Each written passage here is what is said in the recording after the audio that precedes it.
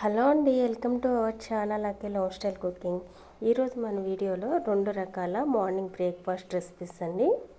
First వచ్చేసి instant గారెల recipe అయితే చూసేయండి. మీకు గారెలు తినాలనిపిస్తుందా? అప్పటికప్పుడు చాలా ఈజీగా 10 నిమిషాలు గారెలు అయితే చేసేసుకోవచ్చు. మరి ఈ వీడియోని అయితే ఎక్కడ స్కిప్ చేయకుండా చూసేయండి. మీరు కూడా చాలా ఈజీగా అయితే చేసుకోగలరు. ఫస్ట్ వచ్చేసి ఒక పొటాటో అయితే తీసుకున్నానండి. ఒక మీడియం సైజ్ బంగాళదుంప అయితే తీసుకున్నాను. ఈ పొటాటోను పీల్ తీసేసి శుభ్రంగా కడిగేసి చిన్న చిన్న ముక్కలుగా అయితే కట్ చేసుకోవాలి. చూడండి ఈ విధంగా. ఇప్పుడు ఒక చిన్న మిక్సీ జార్ అయితే తీసుకుని ఆ జార్లోకి అయితే వేసుకుని ఈ పొటాటో ముక్కల్ని గ్రైండ్ చేసుకోవాలి. ఈ పచ్చి పొటాటో కాబట్టి మనం గ్రైండ్ చేసిన తర్వాత కలర్ అయితే మారిపోతుంది.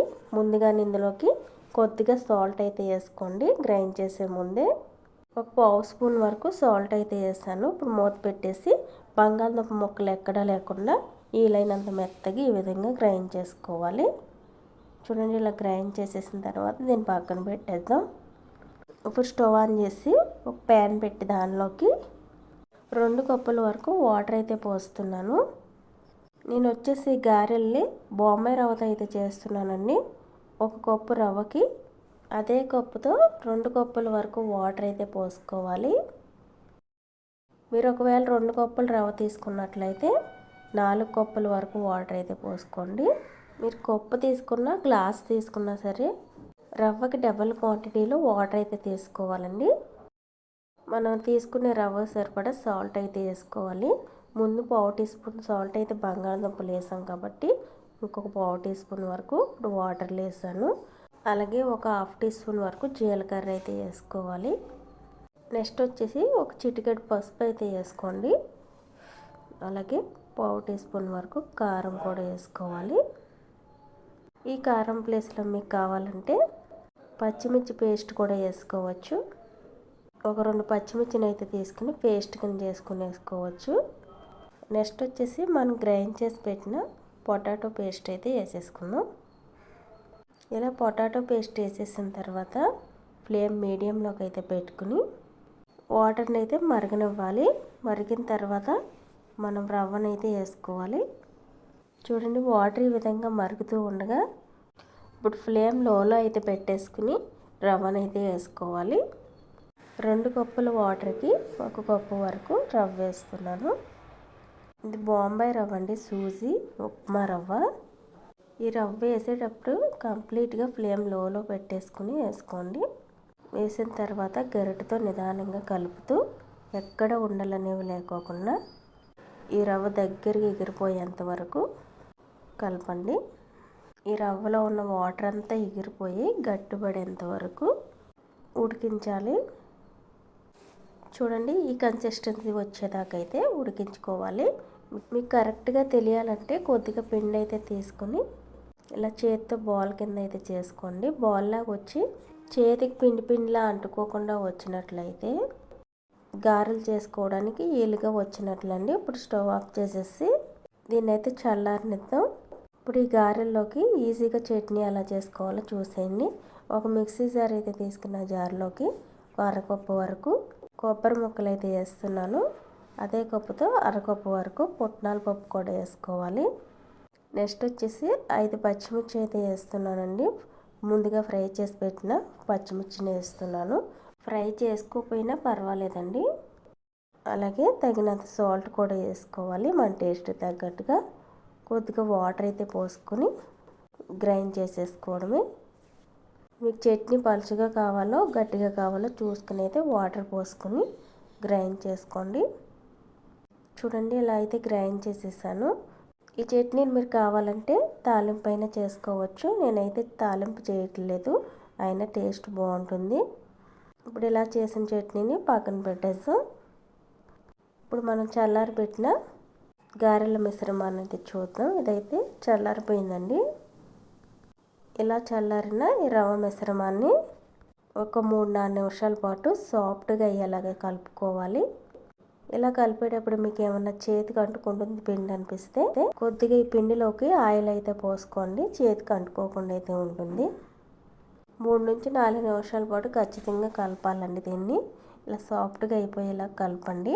ఇలా కలిపిన తర్వాత ఇప్పుడు మనం ఏ సైజులో అయితే గారెలు చేయాలనుకుంటున్నామో ఆ సైజుకి తగ్గట్టుగా పిండిని అయితే తీసుకుని ఇలా రౌండ్ బాల్ కింద అయితే చేసేసుకుని గారెల కింద ఒత్తుకోవడమే. మీకు చేత్తో ఒత్తుకోవడం వచ్చినట్లయితే చేత్తో అయితే చేసేసుకోండి ఈ విధంగా. లేకుంటే ఏదైనా కవర్ మీద అయినా చేసుకోవచ్చు. చూడండి, ఈ గారెలను అయితే నేను ఇప్పుడు చిన్నవిగానే చేస్తున్నాను. ఇలా మీకు నచ్చినట్లుగా వచ్చినట్లుగా ఏ సైజులో చేసుకోవాలనుకుంటున్నారో గారెలను అయితే చూసుకుని చేసుకోండి.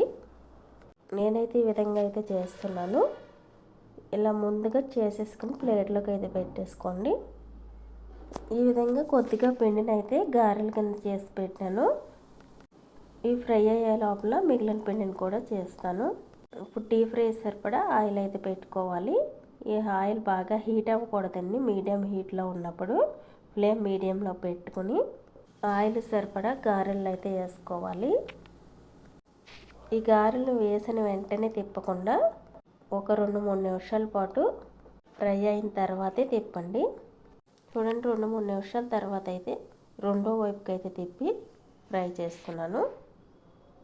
మీడియం ఫ్లేమ్లోనే డీప్ ఫ్రై చేసుకోండి. లోపల వరకు చక్కగా ఉడుకుతాయి, పైన క్రిస్పీగా వస్తాయి. చూడండి, ఈ విధంగా పైన క్రిస్పీగా లోపల వరకు చక్కగా ఉడికి మంచి గోల్డెన్ కలర్లోకి వచ్చిన తర్వాత తీసేయండి. ఇప్పుడైతే తీసేస్తున్నాను. ఇవి అస్సలు ఆయిల్ కూడా పీల్చవండి, చాలా టేస్టీగా కూడా ఉంటాయి.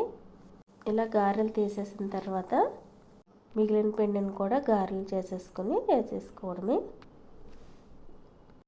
చూడండి, ఇలా ఆయిల్ సరిపడా గారెలను అయితే వేసేసుకొని డీప్ ఫ్రై చేసుకోవడమే. మంచి కలర్లోకి వచ్చి పైన క్రిస్పీగా లోపల వరకు ఉడికి ఫ్రై అయిన తర్వాత తీసేసుకోవడమే. ఇలా చాలా ఈజీగా చాలా టేస్టీగా 10 నిమిషాల్లో అప్పటికప్పుడు పప్పులతో పని లేకుండా ఈ గారెలు అయితే చేసేసుకోవచ్చు. ఒక్కసారి ఇలా చేశారంటే మళ్ళీ మళ్ళీ ఇలాగే చేసుకుని తింటారు, అంత టేస్టీగా అయితే ఉంటాయి. అలాగే ఇప్పుడు ఇందులోకి చాలా ఈజీగా అయిపోయే పుట్నాల కొబ్బరి చట్నీ అయితే చేశాను కదా, ఆ చట్నీతో ఇలా వేడి వేడి గారెలు వేసుకొని తింటుంటే టేస్ట్ అయితే మటు చాలా బాగుందండి. మరి ఈ రెసిపీ మీకు నచ్చిందా? అయితే మీరు కూడా ట్రై చేసి చూడండి. వీడియోకి లైక్ చేయండి. ఇప్పుడు మీరు చూసే ఈ నెక్స్ట్ రెసిపీ వచ్చేసి ఎంతో టేస్టీగా ఉండే రుచికరమైన పునుగులండి. ఈ పునుగుల్ని ఈవినింగ్ స్నాక్స్ కింద అయినా మార్నింగ్ బ్రేక్ఫాస్ట్ కింద అయినా చేసుకోవచ్చు. చాలా బాగుండే టేస్ట్ అయితే. ముందుగా అయితే ప్రాసెస్లోకి అయితే వెళ్ళిపోదాం. ఒక బౌల్ అయితే తీసుకున్న దానిలోకి 1 కప్పు వరకు బాంబే రవ్వ అయితే వేసుకోవాలి.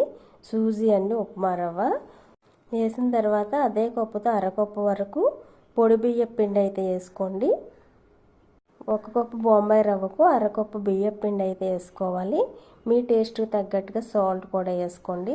వేసిన తర్వాత ఒక పెద్ద సైజు నిమ్మకాయని అయితే తీసుకుని రసాన్ని అయితే వేసుకోండి. మీ దగ్గర నిమ్మకాయలు లేనట్లయితే 1/2 కప్పు వరకు పుల్లటి పెరుగు అయితే వేసుకోండి.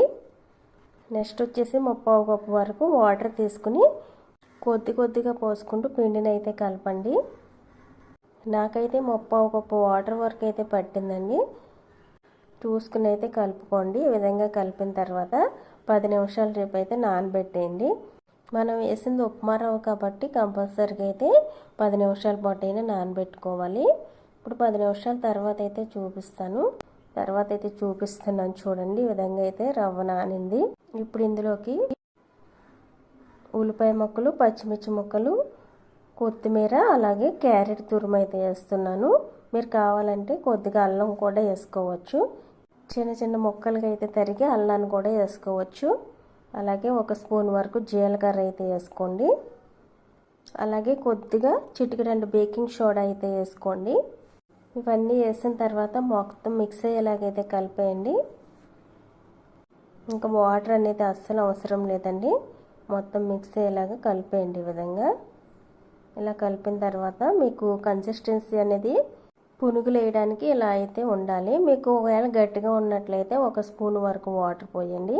లూజ్ అయిపోయినట్లయితే కొంచెం బియ్యం పిండి కానీ బాంబే రవ్వ కానీ వేసుకోండి. నెక్స్ట్ వచ్చేసి స్టవ్ ఆన్ చేసి డీప్ ఫ్రై సరిపడా ఆయిల్ అయితే పెట్టేయండి. ఆయిల్ బాగా వేడి మీద ఉన్నప్పుడు మీడియం ఫ్లేమ్లో అయితే పెట్టుకుని ఈ పునుగులను అయితే వేసుకోండి. ఇలా ఆయిల్ సరిపడా పునుగులు అయితే వేసేసుకుని మీడియం ఫ్లేమ్లో అయితే డీప్ ఫ్రై చేసుకోండి. లోపల వరకు పునుగులు చక్కగా ఉడుకుతాయి. ఇలా ఆయిల్ సరిపడా వేసిన తర్వాత వెంటనే అయితే తిప్పకండి. 2 నిమిషాల పాటు ఫ్రై అవనిచ్చి అయితే కదపండి. ఈవెన్గా ఫ్రై అయ్యి మంచి గోల్డెన్ కలర్లోకి వచ్చిన తర్వాత అయితే తీసేయండి. చూడండి, ఇలా క్రిస్పీగా మంచి కలర్లోకి అయితే రావాలి. ఇలా వచ్చినప్పుడైతే తీసేయడమే. తీసేసిన తర్వాత మిగిలిన పిండిని కూడా పునుగుల కింద అయితే వేసేయడమే. ఇలా చాలా ఈజీగా అయితే రవ్వతో అయితే పునుగులు చేసేసుకోవచ్చండి. ఈ పునుగుల్ని ఇష్టపడిన వారే ఉండరండి, నాకు తెలిసి అయితే చాలా బాగుంటాయి. మీరు కూడా ట్రై చేసి అయితే చూడండి. ఎలా చేసి పెట్టినట్లయితే ఎవరైనా తినేస్తారు, అంత బాగుంటాయి. ఈ రెసిపీ మీకు నచ్చినట్లయితే లైక్ చేయండి. అలాగే సబ్స్క్రైబ్ చేసుకునే వాళ్ళు అయితే సబ్స్క్రైబ్ చేసుకోండి. మా నాకి లాంగ్ స్టైల్ కుకింగ్లో అయితే మరెన్నో ఈజీ రెసిపీస్ మీరు చూడాలనుకుంటే సబ్స్క్రైబ్ చేసుకుంటూ మర్చిపోకండి.